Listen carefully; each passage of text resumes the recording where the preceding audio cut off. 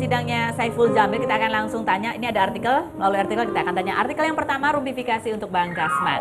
Dipercepat Saiful Jamil 3 kali sidang dalam sepekan. Betulkah sesudah ini akan dipercepat sidangnya? Iya, memang sudah dari sejak putusan sela, kita menyepakati sidang 3 kali seminggu.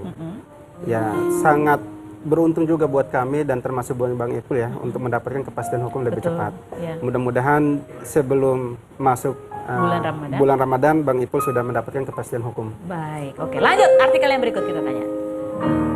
Adalah bukti-bukti sidang lanjut makin sudutkan Saiful Jamil. Nah, ini kan kata berita. Kalau kata kuasa hukumnya bagaimana? Betul seperti itu?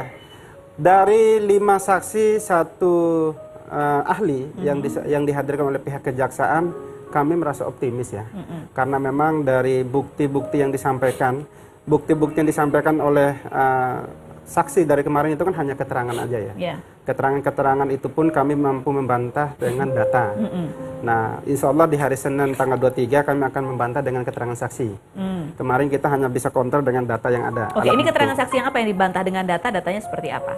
Kalau kemarin data-data yang kami sampaikan bahwa terkait dengan umurnya DS. Kami sudah sejak dari awal sudah meyakini bahwa dia bukan umur 18 tahun atau 18 ke bawah. 18 ke bawah pada saat kejadian. Atau disebut sebagai anak di bawah umur. Atau disebut sebagai anak di bawah umur, benar. Tetapi dia memang sudah lebih dari 18 tahun. Saat ini udah 19 sampai 20 tahun. Dan itu data konkret yang kami dapatkan. Berupa apa?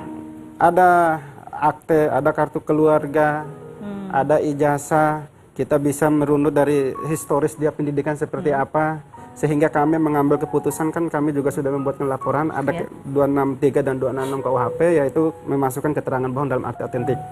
Dalam saat ini sedang dalam proses penyidikan ya. Jadi ini paralel jalannya? Atau paralel. Oh, nggak menunggu ini selesai baru dimasukkan? Tidak, karena mudah-mudahan dengan adanya proses penyidikan ini juga akan memberikan gambaran ke masyarakat bahwa kami tidak merekayasa persoalan ini. Baik. Oke, next berita berikutnya kita lihat. Kuasa hukum korban Saiful Jamil diusir dari ruang sidang. Nah, ini benar diusir karena apa? Diusir sih kasar sih ya. Jadi diperintahkan untuk keluar karena memang ini kan sidang tertutup untuk umum. Jadi tidak dapat didengar atau tidak dapat dilihat oleh siapapun ya, kecuali lawyer dan jaksa. Karena ketika sudah memasuki persidangan, korban itu didampinginya oleh jaksa gitu, bukan lagi oleh pengacara. Iya, oleh jaksa, bukan lagi oleh pengacara. Gitu. Baik, ini kan tadi ada saksi ahli. Keterangan dari saksi ahli sendiri seperti apa sehingga membuat kuasa hukum menjadi lebih optimis begitu? Kami kemarin lebih banyak berbicara terkait dengan data-data formil lebih awal. Karena kami sangat yakin dari awal apa yang kami dapatkan dalam berkas perkara itu data-data formilnya sangat kurang.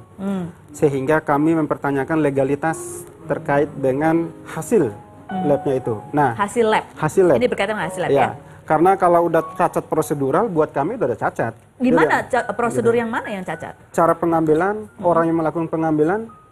Orangnya yang melakukan pengambilan bukan dari pihak dokter atau rumah sakit. Orang yang melakukan penyidik sendiri yang mengambil itu. Ini pengakuan ya, pengakuan dari dokter itu. Dokter itu juga tidak pernah melihat kok siapa yang mengambil ini. Cuman dia bilang saya dapat dari penyidik, sudah. Langsung menerima sampel untuk langsung menerima sampel.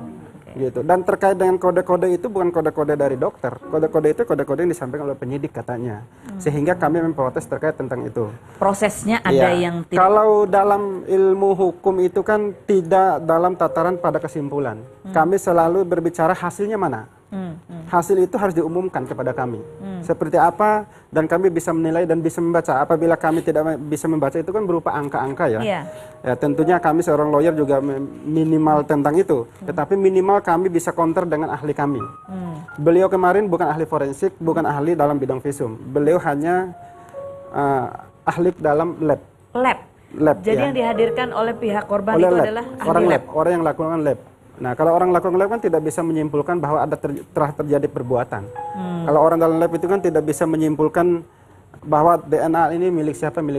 Apalagi prosesnya sendiri juga dia tidak mengetahui mengambil langsung gitu ya. Sehingga kami kemarin mencoba counter semua keterangan-keterangan itu, dan saya tegaskan bahwa kesimpulan itu bukan menandakan telah terjadi sebuah peristiwa pidana. Saya tanyakan mana hasil labnya seperti apa. Itu yang kita mau baca. Ya kan, kalau kesimpulan itu kan hanya keterangan yang dibuat. Karena kesimpulan itu kalau dari sebuah data kesimpulan bisa berbeda-beda. Bisa tergantung berbeda-beda. Nah ini yang akan kami sampaikan juga nanti pada saat persidangan hari Senin dari saksi ahli kami nanti ya tanpa kami arahkan atau seperti apa, yang pasti kami minta independen bagaimana mengarahkan atau berbicara tentang hasil lab ini, apakah terpenuhi apa tidak. Oke, jadi hari Senin agendanya dari pihak Saiful Jan ya? Dari kami sekitar ada 12 saksi. 12 saksi? Mau selesai jam berapa itu sidangnya? Ya, kita udah biasa sidang sampai pagi masalahnya. Iya. Jadi buat wartawan besok yang mau meliput sidangnya ya, siap-siap aja ya, gelar tikar ya.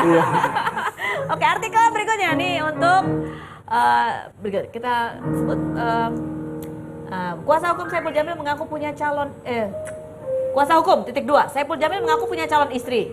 Kuasa hukum mengatakan itu bukan strategi pembelaan loh.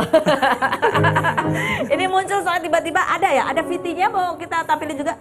Mau dilihat, coba kita lihat ya seperti apa sih pengakuan Bang Ipul nih, bener nggak sih? Ini coba kita tanya sama kakaknya ya, Bang Ipul udah pernah mengenalin calonnya atau cerita atau apa gitu nggak sih, Pak Haji Soleh? Belum, dia baru cerita sama Samsul. Oh, sama si Samsul cerita. Ya Ini kan? ceritanya kayak gimana? Ya saya nanya, itu sebenarnya bener nggak sih? Kan saya bilang nih memalukan, nanti kalau si Ternyata ceweknya nggak mau gimana? Saya bilang, udah bilang main calon istri aja. Tapi dia bilang, tapi udah ngomong sama saya katanya, kata Mas Samsul. Tapi kan belum ngomong sama saya. Iya benar. Gitu. Ini kakak tertuanya ya, belum sah berarti kan. Tapi Pak Haji Soleh udah tahu nggak perempuannya yang mana ceweknya ini?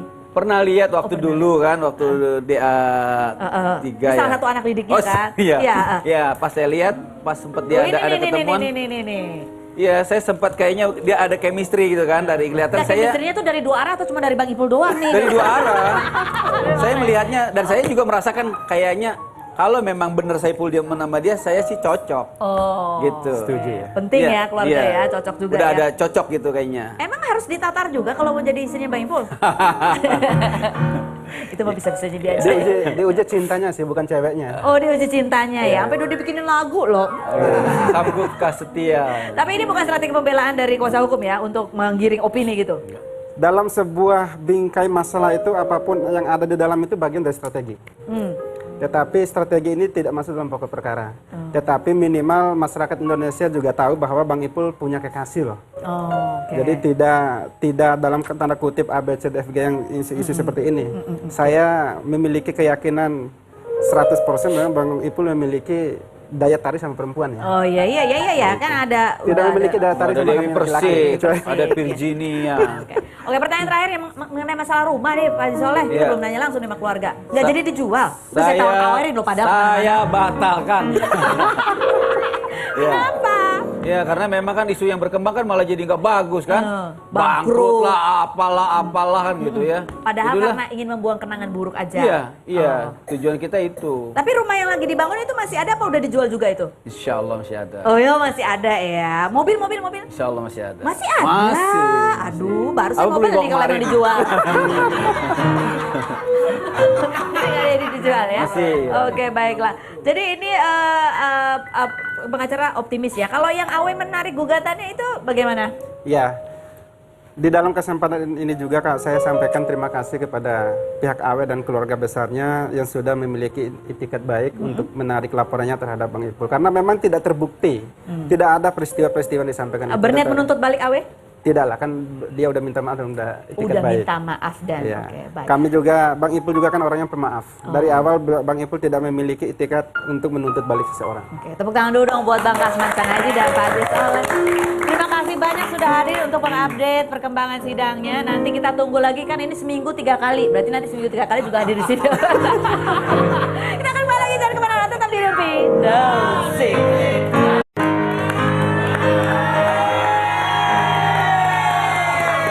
Seperti apa perkembangan jalannya sidangnya Saiful Jamil? Kita akan langsung tanya. Ini ada artikel, melalui artikel kita akan tanya. Artikel yang pertama, rumpifikasi untuk Bang Kasman. Dipercepat Saiful Jamil 3 kali sidang dalam sepekan. Betulkah sesudah ini akan dipercepat sidangnya? Iya, memang sudah dari sejak putusan selah, kita menyepakati sidang 3 kali seminggu. Ya, sangat beruntung juga buat kami dan termasuk buat Bang Ipul ya, untuk mendapatkan kepastian hukum lebih cepat. Ya. Mudah-mudahan sebelum masuk bulan Ramadan, Bang Ipul sudah mendapatkan kepastian hukum. Baik, oke. Lanjut artikel yang berikut kita tanya. adalah bukti-bukti sidang lanjut makin sudutkan Saipul Jamil. Nah, ini kan kata berita. Kalau kata kuasa hukumnya bagaimana? Betul nggak seperti itu? Iya. Dari 5 saksi, 1 ahli yang dihadirkan oleh pihak kejaksaan, kami merasa optimis ya. Karena memang dari bukti-bukti yang disampaikan oleh saksi dari kemarin itu kan hanya keterangan aja ya. Yeah. Keterangan-keterangan itu pun kami mampu membantah dengan data. Nah, insya Allah di hari Senin tanggal 23 kami akan membantah dengan keterangan saksi. Kemarin kita hanya bisa counter dengan data yang ada. Oke, ini keterangan saksi yang apa yang dibantah dengan data? Datanya seperti apa? Kalau kemarin data-data yang kami sampaikan bahwa terkait dengan umurnya DS. Iya. Kami sudah sejak dari awal sudah meyakini bahwa dia bukan umur 18 tahun. Cara terkait dengan data-data formil lebih awal. Karena kami sangat yakin dari awal apa yang kami dapatkan dalam berkas perkara itu data-data formilnya sangat kurang. Sehingga kami mempertanyakan legalitas terkait dengan hasil labnya itu. Nah, Hasil lab. hasil lab. Ini berkaitan dengan hasil lab Ya, ya. karena kalau udah cacat prosedural, buat kami udah ada cacat. Gimana Jadi, prosedur yang mana yang cacat? cara pengambilan, orang yang melakukan pengambilan, Orangnya yang melakukan pengambilan bukan. bukan dari pihak dokter atau rumah sakit. Orang yang melakukan penyidik sendiri yang mengambil itu. Oke. Ini pengakuan ya, pengakuan dari dokter itu. Dokter itu juga tidak pernah melihat kok siapa yang mengambil ini. Cuma dia bilang saya dapat dari penyidik, sudah. Langsung menerima sampel untuk Langsung diperiksa. menerima sampel. Gitu. Dan terkait dengan kode-kode itu bukan kode-kode dari dokter. Kode-kode itu kode-kode yang disampaikan oleh penyidik katanya. Sehingga kami memprotes terkait tentang itu. Prosesnya ada Iya. yang tidak. Kalau dalam ilmu hukum itu kan tidak dalam tataran pada kesimpulan. Kami selalu berbicara hasilnya mana. Hasil itu harus diumumkan kepada kami. Seperti apa dan kami bisa menilai dan bisa membaca. Apabila kami tidak bisa membaca itu kan berupa angka-angka ya. Iya. Ya tentunya kami seorang lawyer juga minimal tentang itu. Tetapi minimal kami bisa counter dengan ahli kami. Beliau kemarin bukan ahli forensik, bukan ahli dalam bidang visum. Beliau hanya ahli dalam lab. Lab. Jadi ya. yang dihadirkan oleh pihak korban Oleh itu lab. adalah ahli orang lab, orang yang lakukan lab. Nah, kalau orang lakukan lab kan tidak bisa menyimpulkan bahwa ada telah terjadi perbuatan. Kalau orang dalam lab itu kan tidak bisa menyimpulkan bahwa DNA ini milik siapa ya. Apalagi prosesnya sendiri juga dia tidak Mengetahui mengambil langsung gitu ya. Sehingga kami kemarin mencoba counter semua keterangan-keterangan itu dan saya tegaskan bahwa kesimpulan itu bukan menandakan telah terjadi sebuah peristiwa pidana. Saya tanyakan mana hasil labnya seperti apa. Itu yang kita mau baca.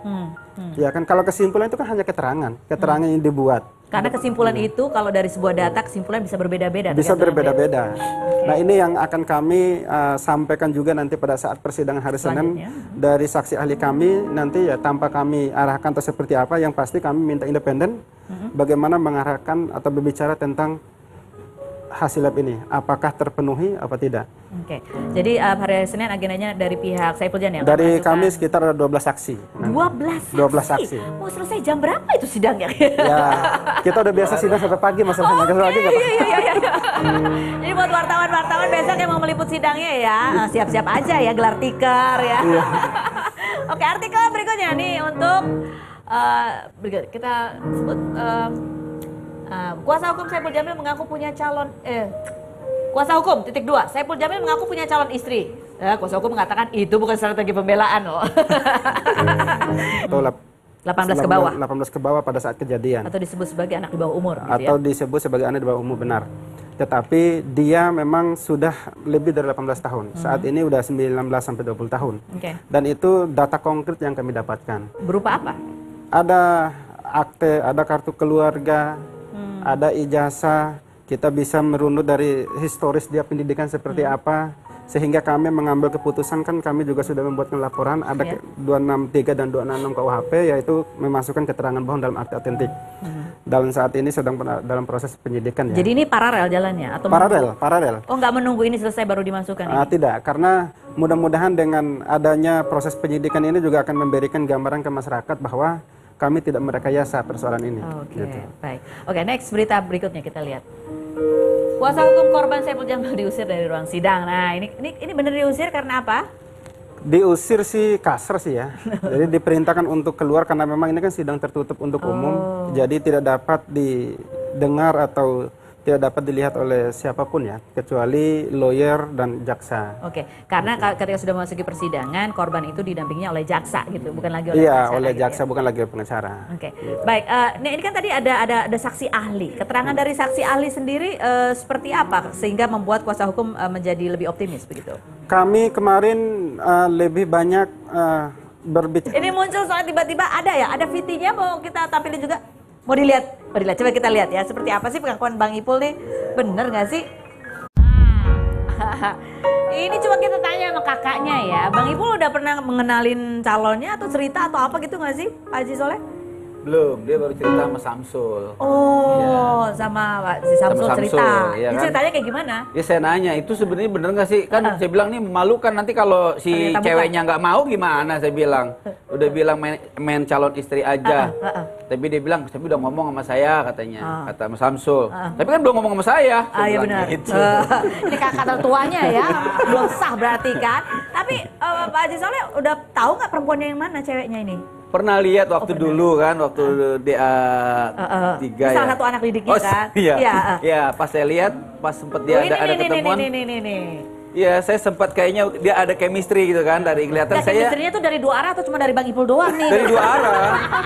Saya melihatnya dan saya juga merasakan kayaknya kalau memang benar Saiful dia nama dia, saya sih cocok. Oh. Gitu. Setuju ya. Penting Iya, ya keluarga iya. ya, cocok juga Udah ya. ada cocok gitu kayaknya. Emang harus ditatar juga kalau mau jadi istrinya Bang Ipul? Itu mah bisa-bisa jadi aja. Diuji cintanya sih, bukan ceweknya. Oh, dia uji cintanya ya. Sampai udah dibikinin lagu loh. Sanggup setia. Tapi ini bukan strategi pembelaan dari kuasa hukum ya untuk menggiring opini gitu.